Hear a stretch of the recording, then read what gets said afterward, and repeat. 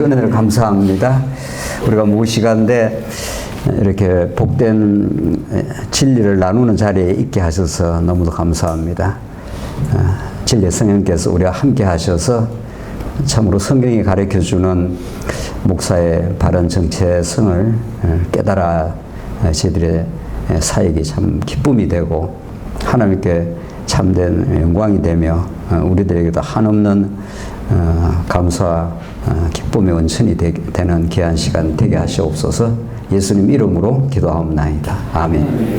예, 제가 나눌 주제는 이제 목사의 정체성 가운데 새 언약의 관점에서 본 목사의 정체성, 이게 제가 발표 주제입니다. 목차 한번 보시면은 우선 이 주제가 왜 중요한가? 새 언약이라는 것이 얼마나 소중한 주제인가, 뭐 이런 것들, 또 목자의 정체성 어떻게 새 언약의 관점에서 볼 때는 이해할 수 있는가, 이런 문제 제기를 했고, 두 번째는 새 언약의 신학적 중요성에 대해서 다루게 되고, 이제 마지막에 새 언약에 비추어 본 이 목사의 정체성에 대해서 검토를 해 가도록 그렇게 하겠습니다. 그런 다음에 결론을 짓고 이 연구가 아주 남은 더 깊이 연구할 주제들이 앞으로도 많아 보여서 그걸 이 시간에 다 소화하기는 어려워서 더 연구할 주제로 한 4가지 마지막에 간략하게 정리를 했습니다. 네, 그렇게 발표를 해 나가도록 하겠습니다. 주로 그 발표 글을 읽어가고 필요할 때 설명을 덧붙이도록 그렇게 하겠습니다. 왜 새 언약이 중요한가? 이는 교회사에서 미해결된 숙제이며 이전에 우리 그동안 오랫동안 우리가 배워오고 논의해왔던 성경신학에서도 충분히 논의하고 검토되지는 못한 주제로 그렇게 보입니다. 뭐 이전에 새 언약에 대해서 거론하지 않은 건 아니지만은 우리 신약을 이해할 때 새 언약에 대한 심도 있는 논의를 거치지 않게 될 때는 너무 포괄적이고 뼈대만 강조하지 않았는가 이렇게 보여져서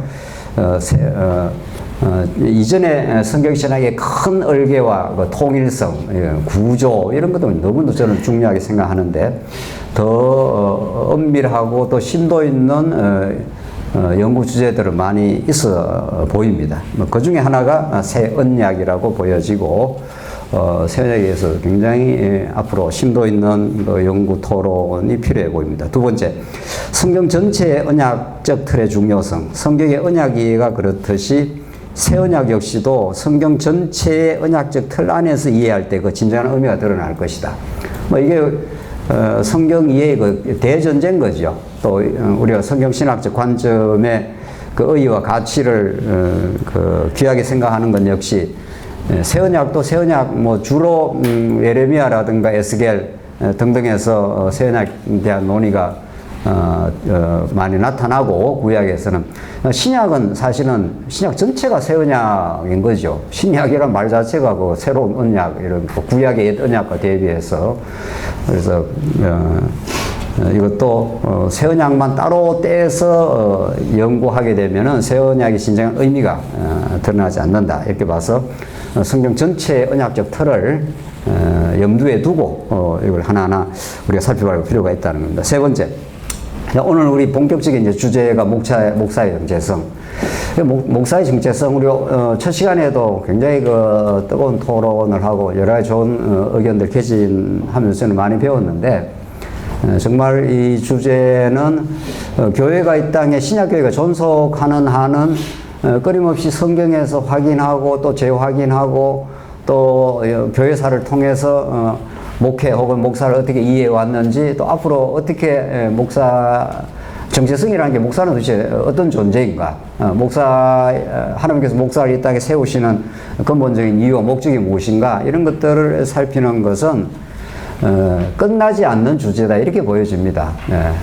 뭐 모든 성경 진리가 그렇습니다만은 성경에 더 풍요하고 복음적인 이해가 깊어질수록 어떤 주제에 대한 이해가 넓어지고 더 깊어진다고 봤을 때 목사가 도대체 어떤 존재인가 이런 것도 지금까지 우리가 이해한 것 토대 위에 또 교정되거나 또 균형을 잡아야 될 거 있으면 교정될 필요도 있고 균형을 잡을 필요도 있고 더 깊이 이해될 것도 있어 보입니다. 이런 혼란한 한국교회와 목회상에서도 매우 절실한 주제이다. 이 목사의 정체성이라는 주제가 특별히 체제개혁이라는 전통적 목사 체제의 부정론에 의해 그동안 말씀운동의 목회와 목사 간의 심각한 혼란기를 거쳐왔다. 그러나 이 역시도 더 본질적인 진리를 규명하고 참다운 교회를 세워가기 위한 복된 시련이라고 본다. 어떤 우리에게 일어난 일도 그 자체로서는 굉장히 아프고 어려운 시간들일 수가 있지만 우리가 정말 언약의 진리를 따라가고 하나님의 주권과 그 통치를 믿는다면은 무엇을 겪었어도 거기에 그 신앙적 의미가 없지 않다. 이게 대전제입니다, 정말. 또 언제나 강단에서도 그걸 전하게 되겠죠. 모든 것이 합력하여 선을 이룬다는 것이 하나님의 정한 뜻이기 때문에 우리는 오히려 지금이야말로 성경이 정언하는 복음의 원리가 우리 가르쳐주는 목사의 정체성에 대해서 더 심도 있는 올바른 우리가 논의를 해갈 수 있는 좋은 찬스다 이렇게 보여집니다. 차제 특히 2페이지입니다. 차제 특히 신약에서 새 언약의 빛 가운데서 목사의 정체성과 사명을 올바르게 이해하는 것은 교회를 순수한 복음 진리로 세워가는 데서 매우 중요한 과제로 보입니다. 이건 정말 우리가 이른바 그 진리 생활 체제라는 그 신약 성경의 그 흐름과 논리가 있는데 그 체제 무장에 관해서 거기에 이제 직결되는 주제죠. 그러나 이 목사 혹은 목사를 포함한 모든 교회의 직분자들이 체제 무장에 집중적으로 거론되지만 역시 신약 전체 흐름 혹은 더 나아가서 성경 전체 흐름 속에서 그걸 이해할 때 우리는 정말 하나님이 세우시고 그 사명을 감당하게 하시는 그 목사의 정체성과 사명에 대한 이해가 매우 중요해 보입니다. 예, 그럼 두 번째 이제 주제로 새 언약의 신학적 중요성에 대해서 검토해 보겠습니다. 우선 성경 전체의 그 언약 성취의 큰 틀 그걸 대전제로 우리가 깔고 해야 되겠습니다만은 우선은 직접적으로는 옛 언약과 새 언약 주로 이제 모세 언약을 지칭하는 옛 언약과 새 언약의 요 관계에 대해서 좀 집중적으로 논의를 하고 더 포괄적으로 논의할 수 있겠죠. 우선 전통적 이해 한계가 있습니다. 루터의 이해가 있고 이제 칼빈의 이해가 칼빈이라는 건 이제 개혁파 입장이고 루터는 루터파 입장이 있어 왔고 이것의 한계를 우리가 이해하고 그다음 이제 올바른 성경신학적 이해로 넘어가도록 그렇게 하겠습니다. 루터의 율법과 복음에 대한 이해는 이분법적 이해, 즉 율법은 죽이고 새 언약의 복음은 살린다. 이게 루터의 기본 명제입니다. 구약 전체를 율법, 구약 전부를 율법으로 봤다는 건 아니지만은 그 루터의 명제가 그렇습니다. 율법은 죽이고 복음은 살린다. 이게 이제 루터가 강한 주장이죠. 라고 하는 주장에 기초한다. 이는 구약에 대한 언약적 그리스도 중심적 이해의 결여로서 이것이 500년 지탱한 십자가 중심의 신학, 즉 구속사적 이해의 원형이다. 루터는 순수하고 강렬한 십자가 복음 이해는 루터의 순수하고 강렬한 십자가 복음 이해는 당대 강력한 종교개혁의 견인차 역할을 했다. 이 부분은 의심의 여지가 없습니다. 사실은 신학적으로 말해서 칼빈이 루터를 넘어서는 좀 체계성을 가지고 있는 것도 사실이지만 그 복음 그 자체에 대한 그 강렬한 그 느낌은 훨씬 루터가 더 강렬합니다. 루터가 그만큼 종교개혁의 그 포문을 처음 열었고, 루터가 한 것도 아니지만, 루터는 오히려 좀 주춤주춤했지만 하나님께 루터를 사용하셔서 했는데, 루터는 굉장히 강렬합니다. 그 부분은 분명한데, 여전히 루터의 이 옛 언약에 대한 이해가 좀 이분법적인 건 사실인데, 이게 한계가 있는 거죠. 두 번째 칼빈의 이해를 보겠습니다. 칼빈의 성경적 이해는 루터를 넘어선다. 칼빈은 성경 전체가 언약적 통일선을 가지고 있어요. 이게 이제 굉장히 중요한 부분이죠. 칼빈이 기독교 강요에서 성경은 언약적으로 구약과 신약이 하나다 이런 말을 그야말로 우리가 즐겨 사용하는 언약적 통일성은 칼빈으로부터 기원합니다. 그러니까 우리 말씀운동이 처음으로 언약적 통일성을 말한 건 아닌 거죠. 칼빈이 말을 명제적으로 했고 그걸 물론 해석학적으로 전체 입증은 못한 거죠. 그러니까 우리 말씀운동 성경신의 안에는 이미 믿음의 선진들이 단촉을 발견할 수 있고 첫 출발의 어떤 중요한 신학적 명제 또 상당히 중요한 어떤 주장들은 이미 이전 믿음의 선진들에 있습니다.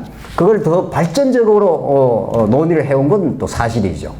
그래서 이 공정한 평가가 필요합니다. 공정한 평가가.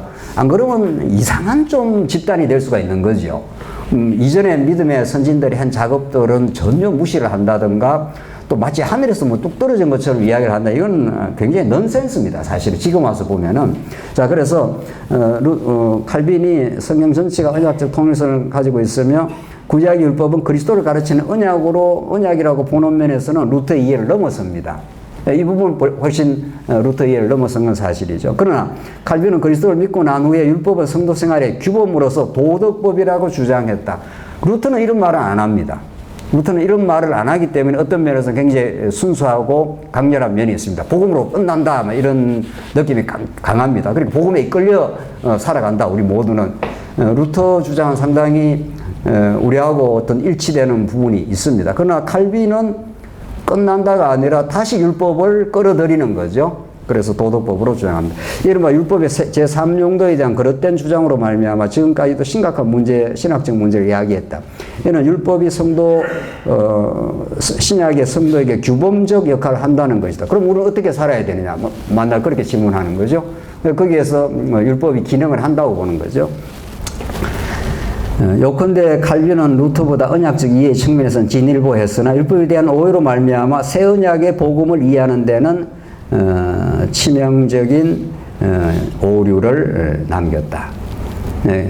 이제 옛 언약과 대비되는 새 언약의 복음인데 우리가 믿는 건 이제 그야말로 새 언약의 성취로 다가온 그리스도 사건. 그건 이제 구약에 다 언약되고 예언된 그 복음인데 칼빈이 그 길을 이제 율법을 규범적 기능, 제3용도로서의 우리가 지켜야 되는 도덕법이라 말하므로 그쪽으로 전진하는 길을 이제 가로막아 버린 거죠. 이게 너무도 참 안타까운 일이죠. 자, 그러면 우리 올바른 성경신학 이해를 보도록 하겠습니다. 우선 큰 틀을 이해하고 옛 언약과 새 언약을 들어갈 수가 있겠죠. 옛 언약은 모형으로서 그리스도를 가르치되 새 언약은 옛 언약의 진정한 복음적 의미를 밝힌다. 이게 중요한데 그 옛 언약은 저급하고 새 언약이 더 우월하냐? 그렇지 않다는 거죠. 성경신에 구약이든 신약이든 사실은 동등한 복음인 거죠. 그 옛 언약은 모형으로서 그리스도를 가르치고 있고 그렇게 해서 하나님을 여호와 되심을 드러내는데 새 언약은 그럼 새 언약을 왜 줬느냐는 거죠. 그건 옛 언약이 말하고자 하는 진정한 복음적 의미를 밝혀내는 거죠. 구약에는 복음이 없었는가? 그렇지 않다는 거죠. 모형으로 얼마든지 있은 거죠. 성전도 마찬가지고 구약 율법 전체도 오실 좋은 일의 그림자고 구약도 복음 천지인 거죠. 단지 그것이 새 언약의 성취로 오신 실체로 오신 그리스도 사건으로 드러나지 않았고 모형과 그림자의 방식을 보여서 히브리서 논법대로 말하면 개혁될 때까지 이렇게 한 거죠. 그때 개혁이라는 것은 예수 그리스도가 오실 때까지 그것은 그림자적으로 구약 제사, 구약의 여러 가지 성전 내용 등등등등이 있었다는 거죠. 자, 그래서 히브리서가 전가하는 대로 옛 언약은 개혁할 때까지 맡겨두신 것이다. 히브리서는 이를 율법은 오실 좋은 일의 그림자, 즉 복음이라고 말함으로써 둘 다 하나님을 바르게 알아가는 데 필요한 언약임을 증거합니다. 그러니까 구약은 구약대로 신약은 신약대로 완벽한 복음이고 그건 하나님께서 그 방식의 차이를 드러냈다. 옛 언약과 새 언약의 관계는 성경 전체 언약의 틀을 전제로 한다. 즉 영원한 언약이 있는 거죠. 그리고 아담 언약 그걸 저는 하나님 나라 언약이라고 봅니다. 이제는 3대 언약으로 했던 걸. 그 다음에 노아 언약, 아브라함 언약, 이게 그 하나님 나라 구약에는 아브라함에게 하나님께서 나라, 이스라엘 나라를 하나님께서 세워주겠다는 게 나라라는 게 그게 모형적인 하나님 나라니까. 그리고 이제 모세 언약의 방식을 통해서 하나님은 그 나라를 이루시는 거죠. 그게 하나님의 의라고 할 수 있고 나중에는 십자가 부활이라고 하는 사건으로 할 수도 있고 뭐 여러 가지 설명이 가능합니다. 그 다음에 다윗 언약은 거기서 구약적 성취입니다. 이스라엘 나라가 다윗 언약 때 총체적으로 이루어졌고 그리고 새 언약이 이제 등장을 하는 거죠. 자, 그러니까 새 언약은 이 앞에 나온 그 5대 언약의 토대 위에서 이제 신약으로 넘어가는 징검다리로서의 새 언약이 드디어 예레미야, 에스겔 뭐 등등등등해서 등장하고 이 새 언약에 대한 심도 있는 이해가 신약을 이해하는 그 길을 열어주고 있는 거죠. 그래서 이런 그 구약의 언약과 신약에서의 그리스도, 이제 물론 이제 예수의 영역속의 성령을 통한 성취, 하나님 나라 성취의 틀이다. 이게 이제 큰 틀이다는 거고, 언약을 언제나 하나님의 살아계심과 그 속성의 영광을 드러내심을 목적으로 한다. 이건 뭐 변함이 없는 거죠. 하나님께서 언약을 통해서 왜 언약을 하는가? 언약을 한 분이 이걸 이루겠다. 내가 이 역사를 주도하고 온 만유를 통치하는 살아계신 하나님이다. 그 하나님이 이러이러한 위대한 속성의 영광을 드러낸다.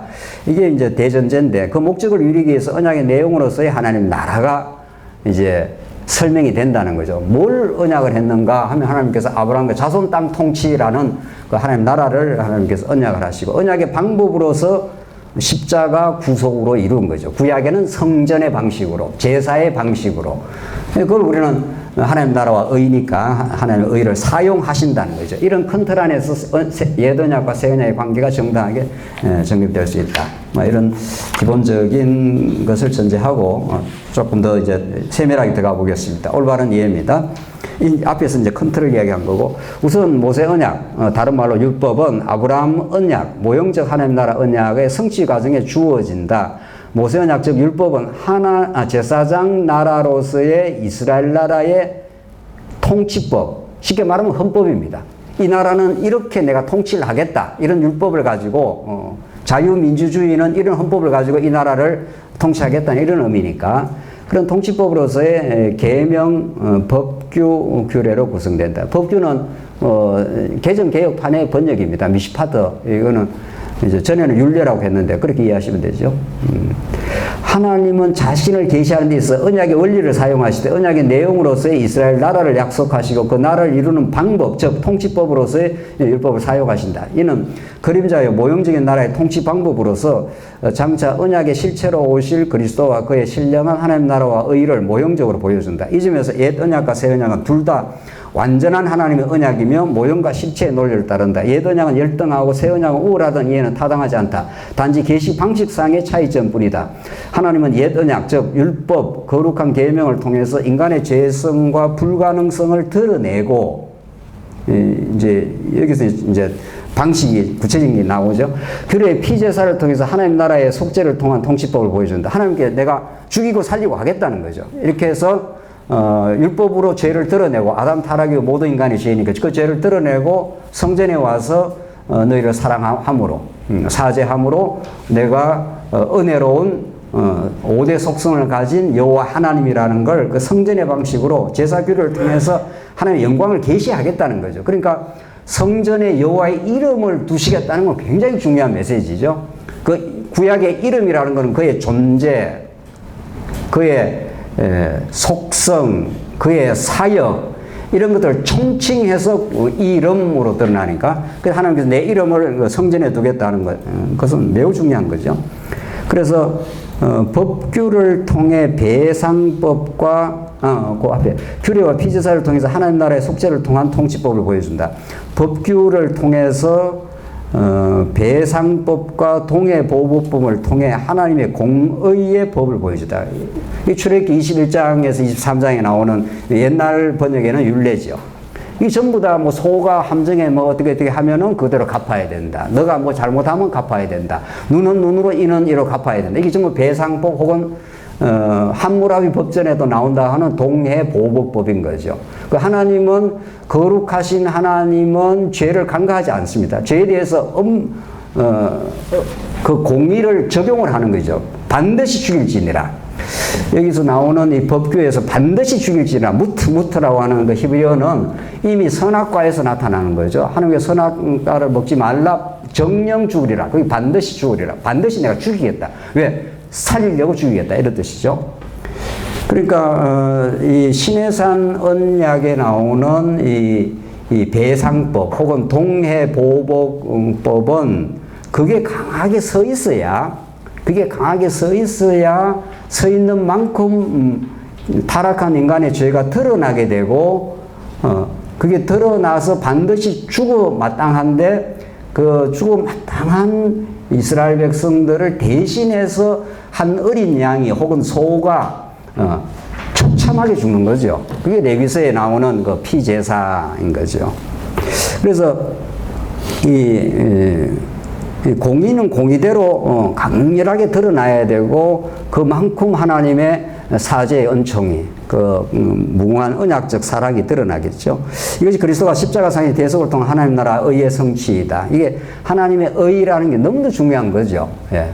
예. 이 언약적 의라고 그러지 않습니까? 우리 신학적으로는 그 의가 도덕적 의도 아니고 법률적 의도 아니고 이미 언약 백성이기 때문에 이런 거죠. 언약 백성이기 때문에 대신 누가 하나 죽어 줌으로 하나님의 의를 실현하겠다는 거죠.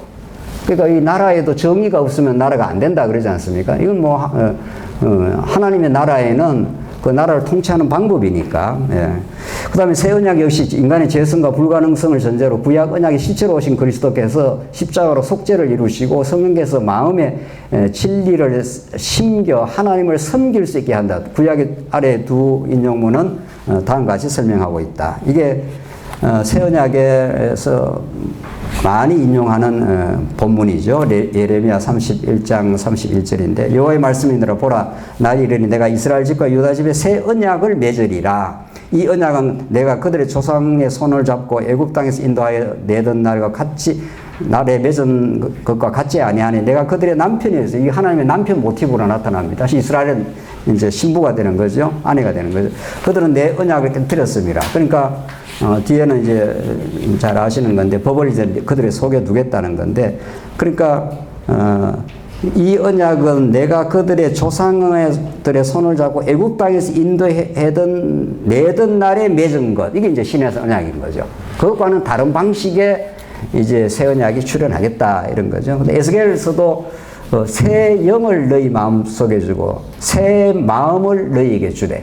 이게 하나님이 완전히 새로운 마음, 하나님을 알게 되는 마음, 진리가 이제 객관적인 돌비에 있는 게 아니라 인격 속에 심어버리겠다. 그래서 마음이 하나님을 알도록 만들어버리겠다 하는 것이 이제 진짜 예수님이 오시고 성령이 오셔서 새 언약의 성취 사건이 성령의 우리가 성취라고 하는 게 다 새 언약의 성취인 거죠. 자, 그래서 이것은 신약의 그리스도와 성령을 통해 성취하신 하나님 나라의 방법이다. 이는 옛 언약의 방식과는 다르다. 더 정확하게 말하자면 옛 언약의 모형적 방식이 예표하는 진정한 복음적 의미를 그리스도와 성령께서 성취하시겠다는 거다. 그러니까 옛 언약이 뭐 부족한 건 아닌데, 처음부터 이제 영적으로 보여주면 우리가 깨닫지는 못하니까 우리가 육적인 인간으로 먼저 태어나고 영으로 이제 중생을 하는 거기 때문에 그것처럼 이스라엘 백성들에게는 먼저 육적 방식으로 보여주고 이제 영적인 마음의 법으로 심어주겠다는 거죠.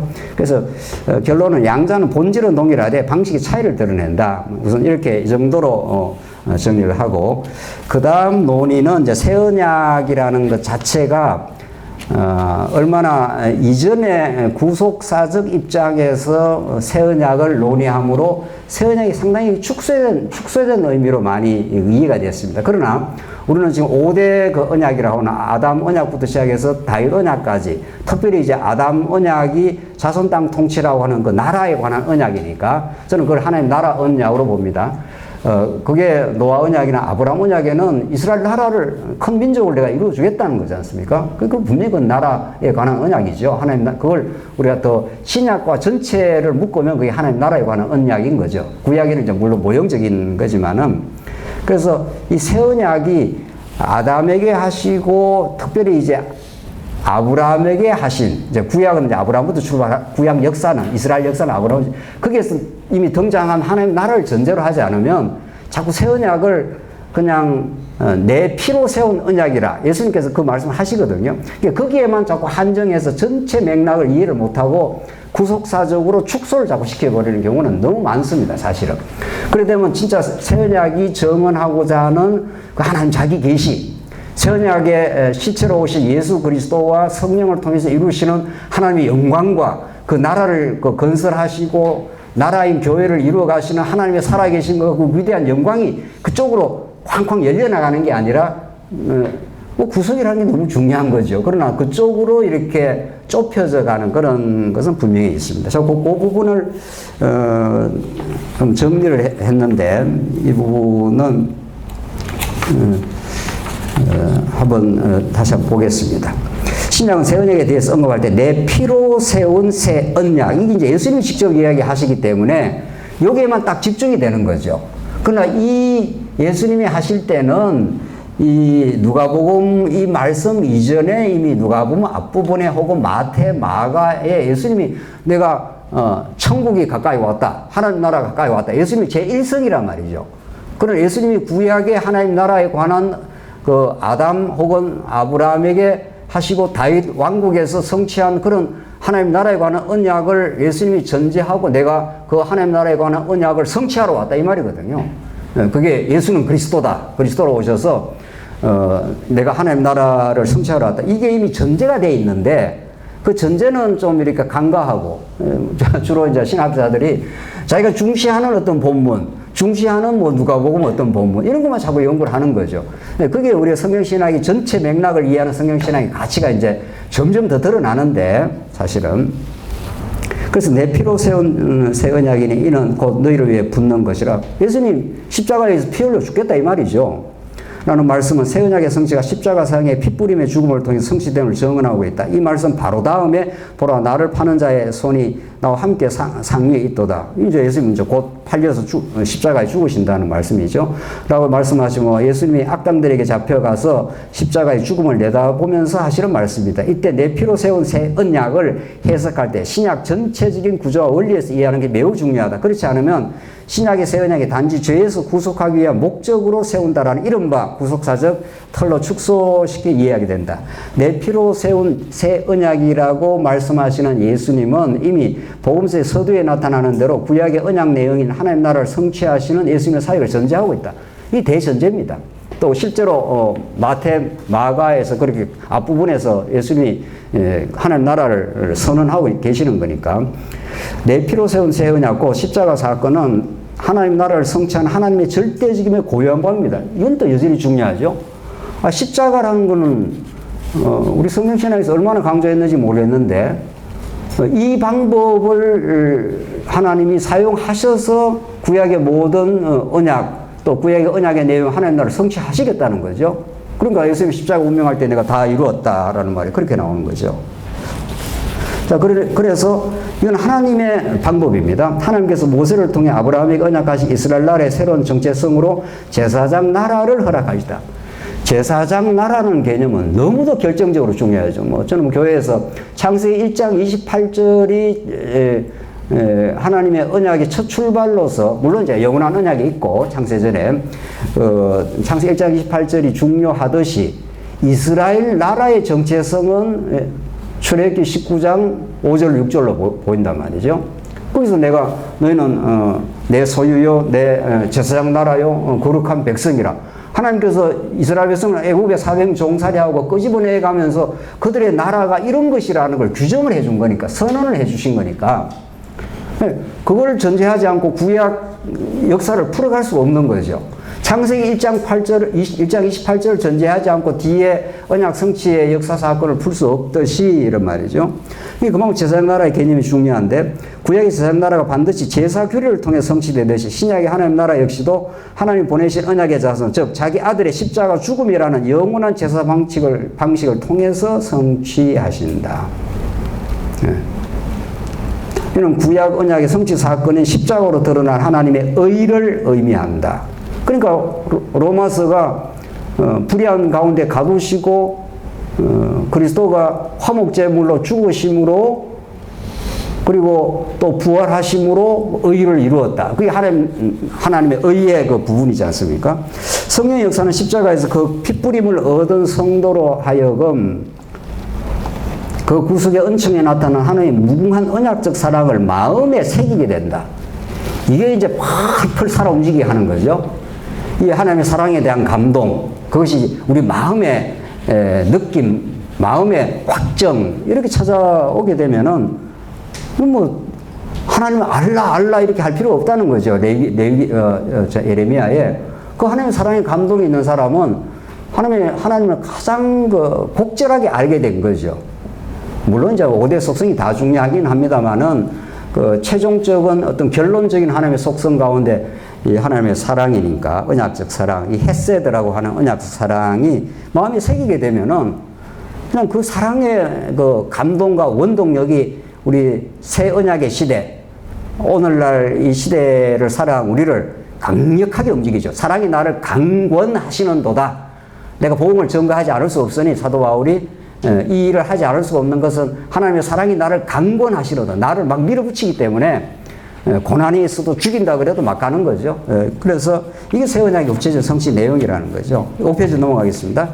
그래서 이제 그 인용한 인용문에는 그 피제사, 황소와 염소의 그 출친것만 보시면 염소와 황소의 피와 암송아지의 죄를 부정한 자에게 뿌려, 이 피 뿌림이죠. 십자가에 예수님이 피 뿌려 죽는 건데, 이것이 흠없는 자기를 하나님께 드린 그리스도의 피가 어찌 너희 양심을 죽은 행실에서 깨끗하게 하고 살아계신 하나님을 섬기게 하지 못하겠느냐. 그는 새 언약의 중보자시니 이런 중보자가 오심으로, 예수 그리스도 오심으로 영원한 기업의 약속을, 이게 천국 하나님 나라입니다. 그러니까 영원한 기업의 약속을 얻게 하려 하심이라. 그러니까 영원한 기업이 천국으로 예수님 안에 오셨는데 그것을 십자가의 핏부림을 통해서 얻게 해주겠다는 거죠. 이 땅에서는 현실 천국으로 우리에게 다가오고 사람과 새 땅에서 영원한 천국으로 성취될 것이라. 그러니까 하나님 나라와 십자가의 핏부림이 분리될 수가 없다는 거죠. 그러니까 히브리서가 마치 그리스도의 제사 규례만 유독 강조한다 이렇게 강조하는, 그렇지 않습니다. 히브리서 첫 출발 자체가 옛적에 이 모양 저 모양 말씀하신 하나님께서 이 모든 날 마지막에 아들로 말씀하신 그 아들은 하나님 나라의 상속자라는 게 바로 나오죠. 그러니까 히브리서는 자꾸 예수님의 상식 가운데 제사직으로만 설명하지만 그렇지 않습니다.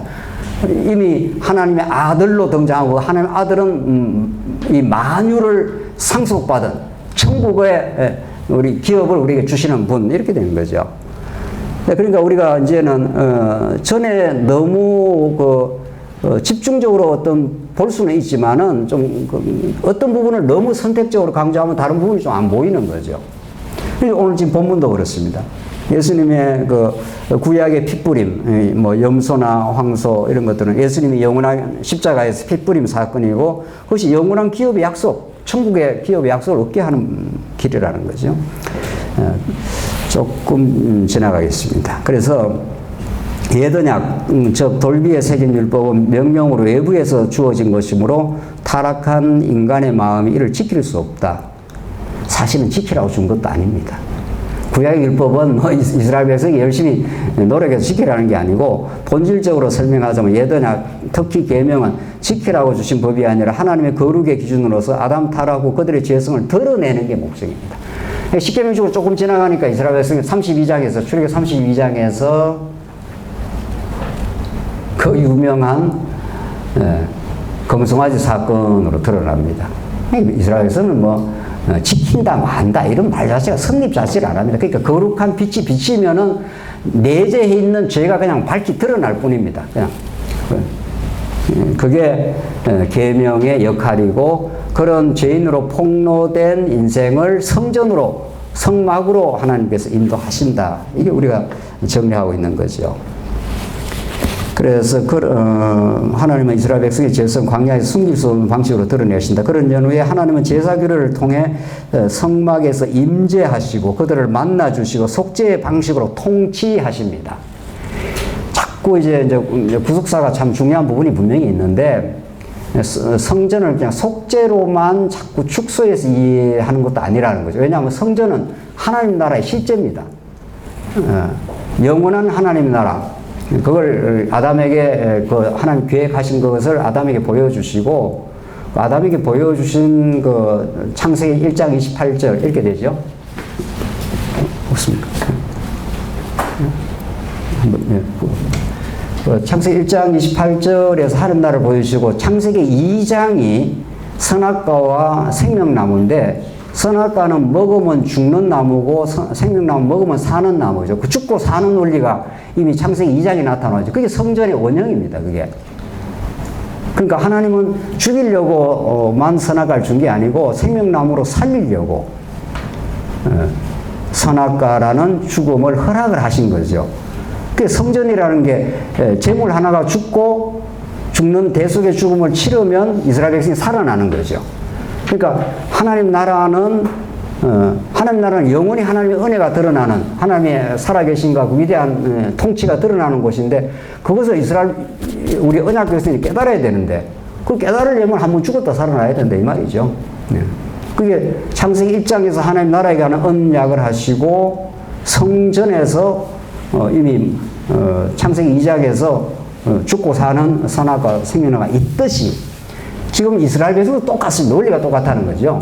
있듯이 아브라함에게 하나님 나라에 관한 언약을 하시고, 모세 언약을 통해서 십계명을 갖다 대면 죄가 노출이 되고, 이미 그때 죄는 아담 타락이고 모든 인간이 죄인이 되어버리기 때문에 그때 죄가 발생하는 게 아니고, 발생은 이미 선악과 사건에서 발생했고, 죄를 갖다 대면 드러나면 이제 속죄를 통해서 살려주죠. 그러니까 죽이고 살리고 하는 방식으로 내가 이렇게 나라를 다스려 가겠다 이런 뜻입니다. 그런 여호와 하나님이다. 그리고 장차 내가 그리스도 사건을 통해서 하나님 나라를 내가 통치하겠다 이런 뜻인 거죠. 그래서 이게 성전이라는 게 단지 속죄에게 집중되는 게 아니라 속죄, 정죄와 사죄인데, 이게 속죄를 통해서 내가 이렇게 나라를 다스려가는, 나라를 세워가는 내가 여호와 하나님이다 이런 거죠. 그 밑에 문단, 근본적으로 율법, 특히 계명, 하나님이 좋아하시고 싫어하시는 선악을 밝힌다. 하나님께서는 이런 계명을 통해 이스라엘 백성이 하나님 중심의 선악 기준과는 다른 자기중심적 선악 판단에 제된 마음을 가지고 있는 존재임을 드러내신다. 하나님이 좋아하시는 걸 인간이 싫어하고 하나님이 싫어하시는 걸 인간이 좋아한다. 딱 인간은 그렇게 돼 있죠. 달리 말하자면 계명 하나님 사랑과 이웃 사랑임을 말한다. 그러나 타락한 죄인은 자기중심 철저한 자기 사랑의 동기로 살아간다. 하는 일마다 노아 시대에 선언한 것처럼 인간의 마음으로 생각하는 모든 계획이 악합니다. 아까 전에 설명드린 것은 창세기 1장과 2장, 그러니까 하나님 나라에 관한 언약이고, 2장이 성전이고, 아브라함 언약이 이 하나님 나라를, 이게 실체적 언약이면 이게 모형적 언약이니까 모세 언약이 요걸 그대로 반영하고 있죠. 그러니까 창세기 1, 2, 3장은 앞으로 이스라엘 역사에서 전개될 모든 복음의 원령이 다 들어있습니다. 창세기 1, 2, 3장.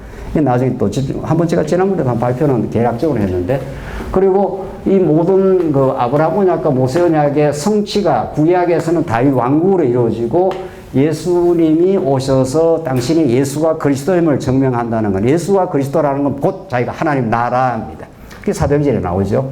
예수가 그리스도임을 증거해서 하나님 나라를 선언하시고, 하나님 나라를 선언하시는 분은 십자가에 죽고 삶으로 하나님 나라를 이 땅에 구체적으로 성취하는 거죠. 구조가 똑같습니다. 여기서 하나님 나라와 성전, 하나님 나라와 성전, 하나님 나라와 십자가의 죽음, 이렇게 구조가 똑같습니다. 그리고 성령이 오셔서 이루어져 가는 과정도 똑같습니다. 우리 지금 목사의 정체성에서 목사는 정말 복음과 함께 그리스도와 함께 죽고 그리스도와 함께 살아났다고 우리가 믿지 않습니까? 그것을 우리 교회의 섬김을 통해서 끊임없이 옛사람은 죽이고 속사람은 살려내는 역사가 있는 거죠. 원리가 똑같다는 거죠. 그래서 요거는 조금 지나가겠습니다. 이렇게 이제 정리될 수 있고, 오늘 발표의 좀 결론과도 같은 새 언약과 관련해서 2-3 새 언약과 하나님 나라 그리고 십자가입니다. 그러니까 새 언약의 성취는 지금 우리는 그동안 이제 신약에 와서 그리스도에 의한 성취와 성령에 의한 성취, 그건 뭐 틀은 맞는 겁니다. 그 틀이 뭐 틀릴 리가 없고 틀 자체의 주제가 틀릴 리는 없죠. 근데 그걸 이제 설명을 해 나갈 때 그동안 충분히 예수님이 사도행전에서 28장 마지막 절에서 사도 바울이 예수 그리스도와 하나님 나라에 대해 증거했다. 또 사도행전 1장에서도 하나님 나라 일을 말씀하셨다. 그리고 예수는 그리스도다. 그게 동격입니다. 이게 예수는 그리스도라는, 예수는 왕이시다 이런 뜻이니까, 왕이고 선지자고 제사니까 이것과 하나님 나라라는 명제가 동일합니다. 이걸 교호적으로 사용합니다. 난 하나님 나라를 선언하러 왔다고도 설명하고 예수는 그리스도라고도 선언하고 똑같은 거예요. 그러니까 우리가 깨달았는데 이게 뭐 틀린 게 아니죠. 너무 중요한데 왜 하나님 나라가 옆에 붙어 나가는가 하면은 구약의 언약이 그렇다는 거죠. 구약의 아담 언약, 아브라함 언약이 전부, 아담 언약은 자손 땅 통치니 거기 나라 개념이니까 모형적으로는 이스라엘 나라를 하나님께서 건설해 주는 내가 능력 많고 사랑 많은 여호와 하나님이다. 그러니까 뭐 방편을 통해서 뭘 드러내야 될 거 아니에요. 하나님 여호와 되시면. 그러니까 그게 하나님 나라 분명하죠. 그런데 그 나라는 너희들의 의로 이루어질 수가 없어. 내가 제사 규례라는 제사 십자가 사건입니다. 이게 이제 신약에 와서는 내가 십자가 사건으로 속죄 제물이 되어서 너희의 의가 돼 주겠어 이런 말이죠. 그러니까 하나님 나라와 의를 구하라는 말이 맞는 거죠. 그 하나님 나라는 십자가를 통해 드러난 하나님의 의가 아니고 우리 자기 의로는 자기 나라를 건설하지 않습니까? 모든 사람은 자기 나라 건설합니다. 모든 타락한 너나 할 것 없이 자기 나라를 건설하고 싶어 하는데 그 자기 나라를 건설하는 거 하나님께서 부정해버리고 무너뜨려버리고 하나님이 세우시는, 예수가 세우시는 하나님 나라를 세워주겠다 이 말이죠. 그렇게 이게 이해될 때 그 언약의 실체적 내용이, 언약의 내용이 하나님, 당신이 통치해 주겠다. 당신이 통치하는 나라는 우리의 자기 의를 무너뜨리는 방식으로 온다는 거죠. 그래서 고난이 오고, 오늘 우리 목사님 앞에서 목회 생활하면서 정말 우리가 원치 않는 고난이 우리의 옛 자아를 무너뜨리는 너무 많은 거죠. 너무 많습니다. 고난이 안 오면 룰루랄라 하거나 자기가 뭐 잘나서 목회를 한다고 생각하나, 그러니까 하나님께서 고난을 줘가지고 우리 안에 찌꺼기처럼 남아있는 그 자기의, 내가 뭔가를 할 수 있다는 걸 하나님께서 부수고 들어온 거죠. 이 고린전서 보니까 그걸 무너뜨려 버리겠다. 그죠? 근데 무너뜨리는 건 무너뜨리는 게 목적이 아니고 세우기 위해서 무너뜨린다. 이렇게 돼 있죠. 그래서 이 부분이, 오늘 본문의 결론과 같은데 조금만 읽고 이제 결론 짓죠. 그동안 성경신학에서는 새 언약의 신학적 의미와 중요성에 대해서 충분한 조명이 되지 않았다. 새 언약의 성취, 즉 그리스도와 성령이 하시는 원리적인 성취 사역에 대한 포괄적 설명을 하였지만 성령의 사역을 이루어지는 하나님 나라인 교회와 그를 이루시는 방법으로서 십자가의 도, 즉 하나님의 의가 충분히 드러나지 않았다. 십자가라는 말이 얼마나 중요한 하나님의 계시 방법인가. 오죽했으면 다 이루었다. 예수님께 십자가에서. 그렇게 이제 말씀을 하시는 거기 때문에, 정말 사도 바울이 그토록 내가 십자가에 못 박힌 그리스도를 증거한다. 나는 그리스도와 십자가 외에는 자랑하지 않겠다. 이런 말들이 정말 이제 우리 곧 이제 나오는 목회 주제하고는 너무 절실한 주제로, 이건 모든 우리 성도가 마찬가지지만 십자가의 도를 통과하지 않고 하나님 나라가 이루어질 방법이 없고 하나님이 그렇게 하시는 계시 원리, 그게 계시 방법이기도 하고 또 그게 가장 우리를 복되게 하는 방법입니다. 왜냐하면 우리 옛사람이 자꾸 펄펄 살아있으면 마음에 만족이 없다는 거 아니에요. 마음에 감사가 없다는 거 아니에요. 그런데 하나님께서 십자가의 방식으로 옛사람을 자꾸 이미 죽였고 원리적으로는 날마다 고난과 또 말씀 깨달음을 통해서 죽여가기 때문에 우리 안에 남는 거는 우리 안에 속사람의 세워짐, 하나님 나라의 누림, 감격과 감사 뭐 이런 것들이 세워지는 거죠. 그래서 하나님 나라는 십자가로 이루어진다니 너무도 맞아 보입니다. 그 밑으로 가면은 이제 로마서를 설명했고 7페이지 넘어가겠습니다. 로마서도 칭의의 복음이라 하지만 사실은 아들의 칭의의 복음입니다. 로마서는 전면에 로마서 1장에 아들의 복음 이렇게 해서 복음이란 구약의 선지자를 통해서 그 아들에 관해서 미리 약속했다 해서 아들을 전면에 내세웁니다. 그 아들이 불의한 자를 위해서 십자가에 죽으심으로 이래야 이제 복음이 설명이 되는 거죠. 근데 앞부분에 그 아들에 관한 약속, 그 아들 복음이라고 하는 그 아들은 하나님의 대권을 가지고 이 땅에 출현할 뿐 아니라 그가 십자가에 죽는 방식으로 아버지 사랑을 확증하는 분인데 이것도 기회가 오면은 로마서를 우리 한번 연구할 때 한번 집중적으로 한번 다룰 이유가 있어 보입니다. 그 중간쯤 내려가면 이제 고린도 전후서는 로마서의 원리적인 복음을 실제적인 교회 사태에서 전달하는 복음이다. 이렇게 해서 뭐 고린도 전후서는 이렇게 되지 않아요? 뭐 우리 목사님도 잘 아시죠? 이게 고린도 전서가 이게 후서인데 앞부분에서 십자가의 도구는 멸망하는 자에게는 미련한 것이나 구원은 우리에게는 하나님의 능력이라. 딱 십자가를 전면에 내세웁니다. 그 십자가를 전면에 내세우는 것은 이미 하나님 나라로 오신 예수 그리스도가 또 전제가 되어 있는 거죠. 그리고 고린도 15장의 부활의 진리를 말합니다. 딱 앞뒤로 십자가 부활 이게 성전의 방식인데 구약은 그렇게 전제되어 있고 고린도 후서도 마찬가지입니다. 하나님의 약속은 예하다 아니라 하지 않고 하나님의 약속 예수 그리스도 안에서 다 예가 된다는 그 언약의 복음을 말하고 고린도 후서 마지막에 가면은 참, 이 정말 그 놀라운 말씀이 아주 뭐 최근에 한번 성경 한번 보시죠. 성경.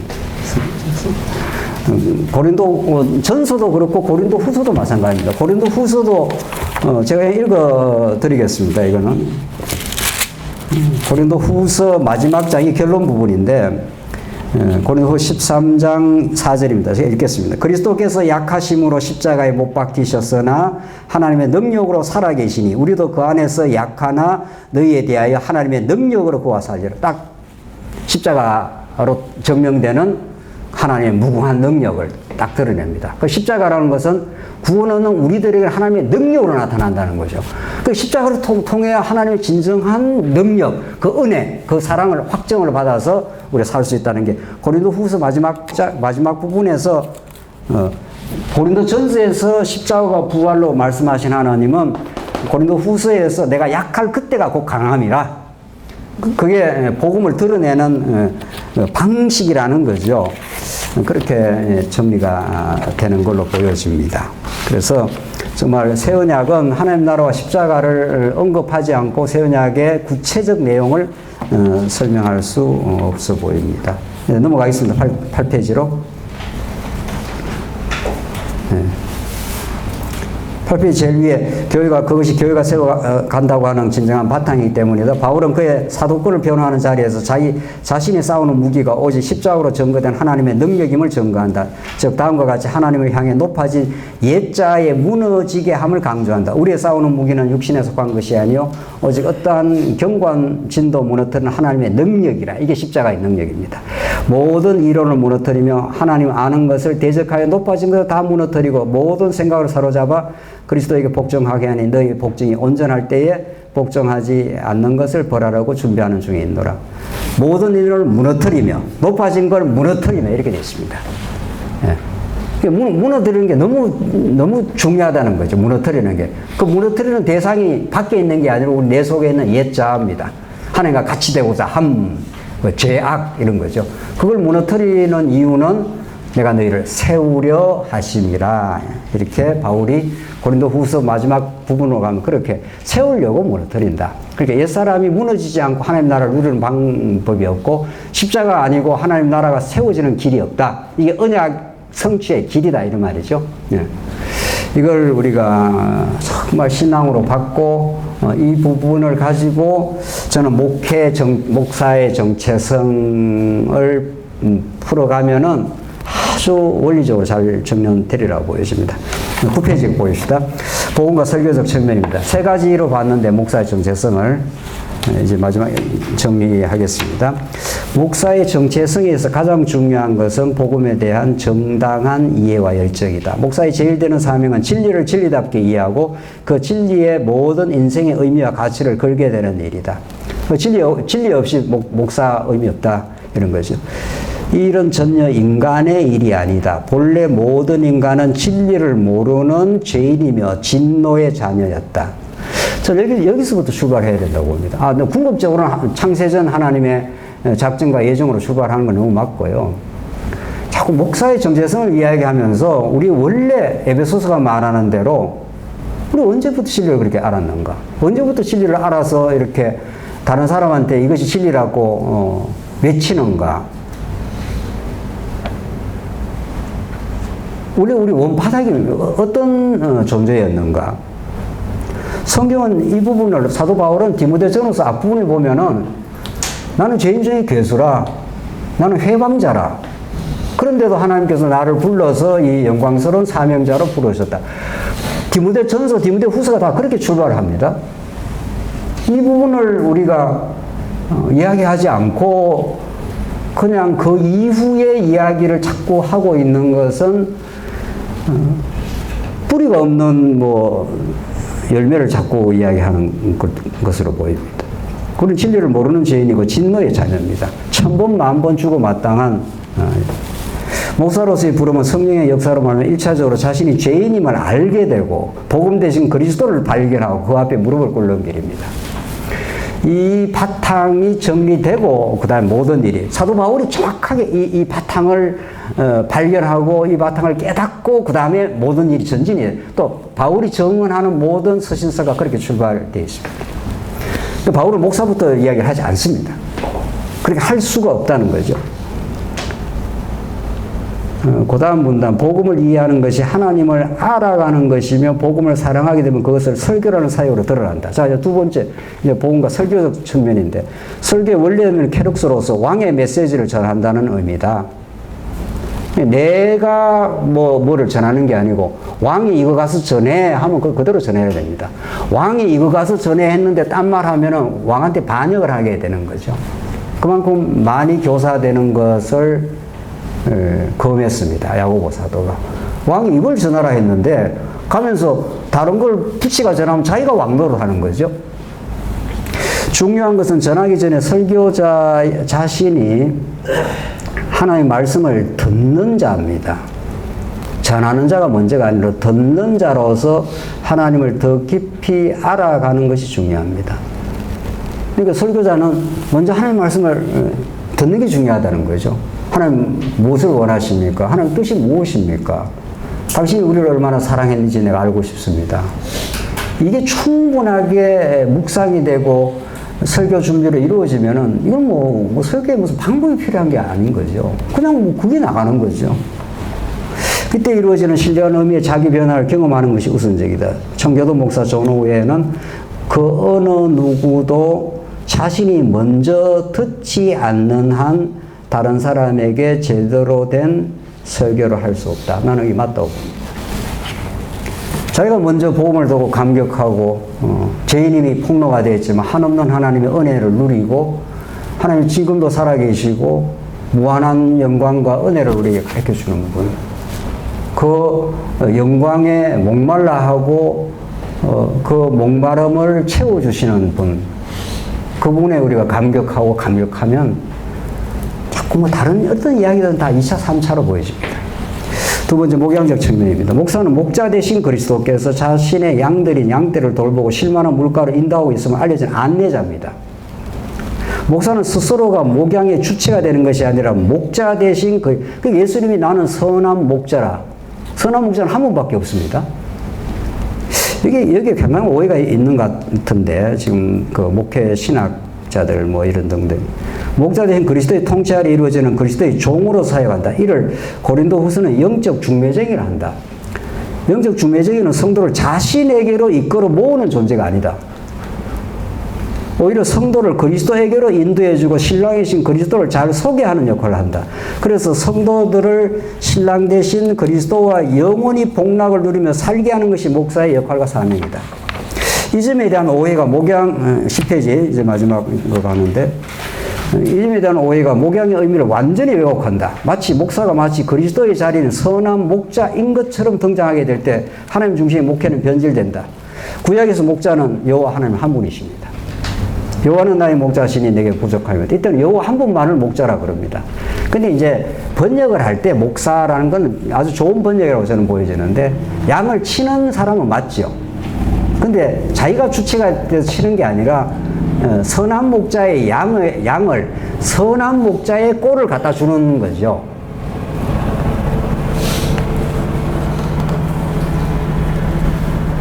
그래서 이처럼 구약에서 언약에서는 모두 목자의 인도하심을 받는 양으로 묘사된다.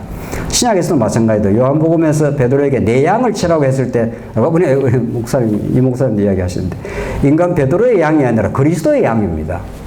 이 부분에 대해서 상당한 착각과 오해가 지금 목회 신학인지 뭔지에서 많이 있어 보입니다. 내 양이 아니라는 거죠. 네. 그리스도의 양이라는 거죠. 네. 가톨릭은 실제로 선한 목자라고 합니다. 교황 신부를. 네. 그러니까 지팡이 들고 나오지 않습니까? 이거는 진리에 대한 완전 왜곡입니다. 사도 바울이 신앙의 본을 여러 차례 언급하였다. 이때 신앙의 본은 도덕적 본이 아니라 그야말로 신앙적 본이다. 이는 자신이 얼마나 죄인됨을 깨닫고 그리스도 한 분만을 생명과 진리로 알아가는 길을 걸어감을 의미한다. 자기 의가 없음을 철저히 인정하고 오직 고상한 그리스도의 지식을 소중히 여기며 기꺼이 남은 고난에 참여하고자 하는 것이다. 이것이 진정한 목양의 정신이다. 이는 성령의 역사로만 가능하며 그리스도가 가 십자가의 길이다. 고난과 영광의 길이다. 너무도 영광스럽고 너무도 감격스럽지만 가는 길이 좁은 길이라서, 또 옛자를 하나님께서 죽여가는 길이라서 그렇게 쉽지 않습니다. 마지막 행정적 측면입니다. 교회 일체의 행정은 하나님의 통치가 통치되게 하시는 방법, 즉 하나님의 말씀의 통치를 위한 보조적인 수단이다.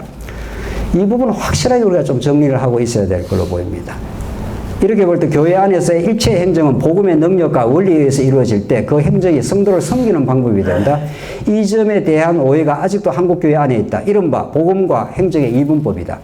교회의 건전한 행정은 중요하다. 교회 행정은 교회의 모든 일을 섬기는 방법이다.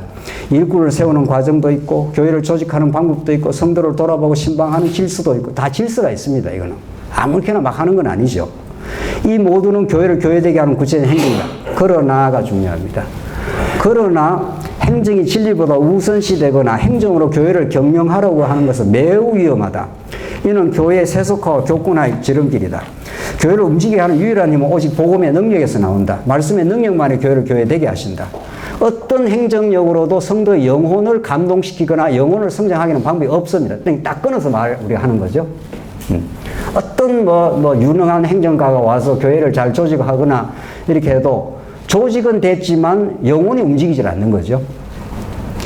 교회 행정은 복음이 전파한 터 위에서 따라가며 성도들을 섬기며 지체 간에 서로 가르치고 배우는 과정입니다. 이 행정을 하는 이유도, 이 행정을 하다 보면 우리의 신앙의 상태와 미숙함이 드러나고 그걸 통해서 복음을 다시 배우게 됩니다. 행정이라는 과정을 통해서 이른바 교육적 행정인 셈이다. 만약 교회가 진리의 힘이 아니라 행정력으로 교회 성도를 통제하거나 경영하려고 하는 일은 하나님의 영광을 부정하는 사단의 유혹을 받는 일이다. 이건 굉장히 예민한 부분입니다. 이 부분에서 철저하지 않고 이 부분이 자꾸 흐리게 되는 경우가 너무도 비일비재하리라고 보여집니다. 저도 이렇게 교회를 뭔가 이렇게 교회 성도들을 행정을 하다 보면은 자꾸 행정 자체로 이렇게 성도들을 이끌어 가려고 하는 유혹을 받습니다. 그러면 말씀만 전가하고 아무렇게나 하느냐? 그거 아니죠.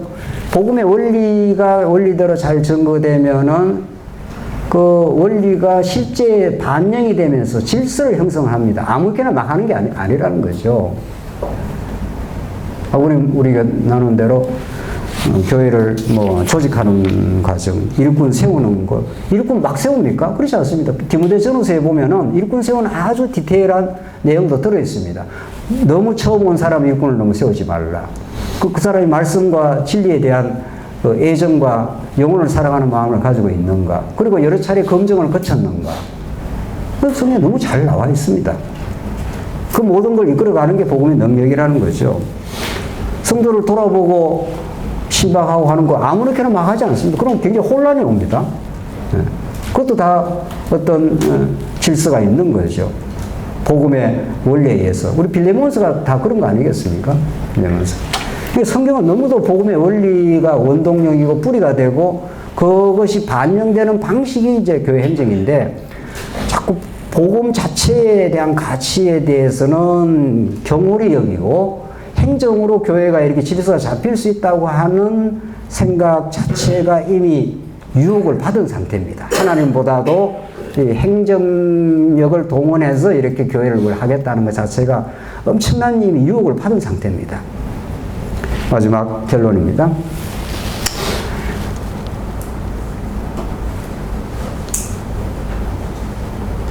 목사는 새 언약의 성취에 의해 주신 직분을 받았다. 새 언약은 구약의 모형적 옛 언약의 진정한 의미를 나타낸다. 새 언약은 구약 언약의 성취자이신 그리스도와 직결된다. 그래서 성령의 사역에 의해서 하나님 나라의 교회를 세우고 그 다음 문단 새 언약의 성취는 그리스도의 하나님 나라와 십자가로 귀결됩니다. 바울은 평생을 그리스도와 하나님 나라를 전했다고 사도행전 마지막 장 마지막 절에 그렇게 말합니다. 그리고 또한 그는 하나님 나라 복음을 전하면서 자신은 그리스도와 십자가만을 자랑하겠다고 정언을 합니다. 목사의 정체성은 이런 새 언약의 성취와 직결된다. 목사는 자기의 이 일을 추구하는 것이 아니라 오직 성령의 성취 사역을 따라서 하나님의 뜻만을 추구하는 존재로 부름을 받았다. 교회 안에서 이루어지는 설교, 목양, 그리고 행정에서 하나님의 은혜의 영광만을 드러내는 일로 부름받은 거룩한 하나님의 종이다. 목회를 하는 과정에 자신의 죄인됨을 깊이 깨닫게 되며 더 그리스도를 의지하는 법을 배우게 됩니다. 이렇게 우리가 목회 정신을 가지게 되면 목회가 힘들어도 그 자체가 기쁨의 과정이 됩니다. 목회 힘들지 않은 사람 아무도 없습니다. 또 특별히 모든 성도도 이 광야 고난을 거쳐가는데 진리를 전거하겠다고 하나님께 부름을 받은 사람은 당연히 성도들을 이전에 어떻게 보면 이 교회는 온실과 같은 곳이죠. 그러나 이 온실 속에 엄청난 그 훈련의 그 역사가 있게 마련입니다. 결론입니다. 요컨대 목사는 죄인이었던 인생이 거룩한 하나님의 말씀을 전가하며 치열한 목회 현장을 통해서 하나님을 배우고 경외하는 자라고 저는 믿습니다. 성령의 인도하심으로 얻어지는 그 깨달음과 농도 많고 하나님 귀한 성도들을 그리스도의 마음과 사랑으로 섬길 수 있게 될 것입니다. 이 얼마나 귀하고 복된 자리에 와 있으며 또한 하나님 앞에서 영광스러운 일인가. 할렐루야 뭐 이렇게 해야 되겠죠. 이건 뭐 정말 저는 그렇게 믿습니다. 많은 어려움을 겪어오기도 했고 힘든 과정을 거쳐오기도 했지만 하나님의 은혜로 여기까지 왔습니다. 하나님 많이 배우고 왔습니다. 십자가에서 증명된 하나님의 사랑을 조금이라도 고난에 동참하는 그 과정을 통해서 배우게 되었습니다. 정말 하나님 찬양을 합니다. 범사가 하나님께 감사합니다. 이것이 우리가 가는 목사의 정체성이 아닌가 이렇게 가지고 더 연구할 가지가 충분히 많습니다. 충분히 많이 있어 보이고 다음 기회로 하도록 마치겠습니다.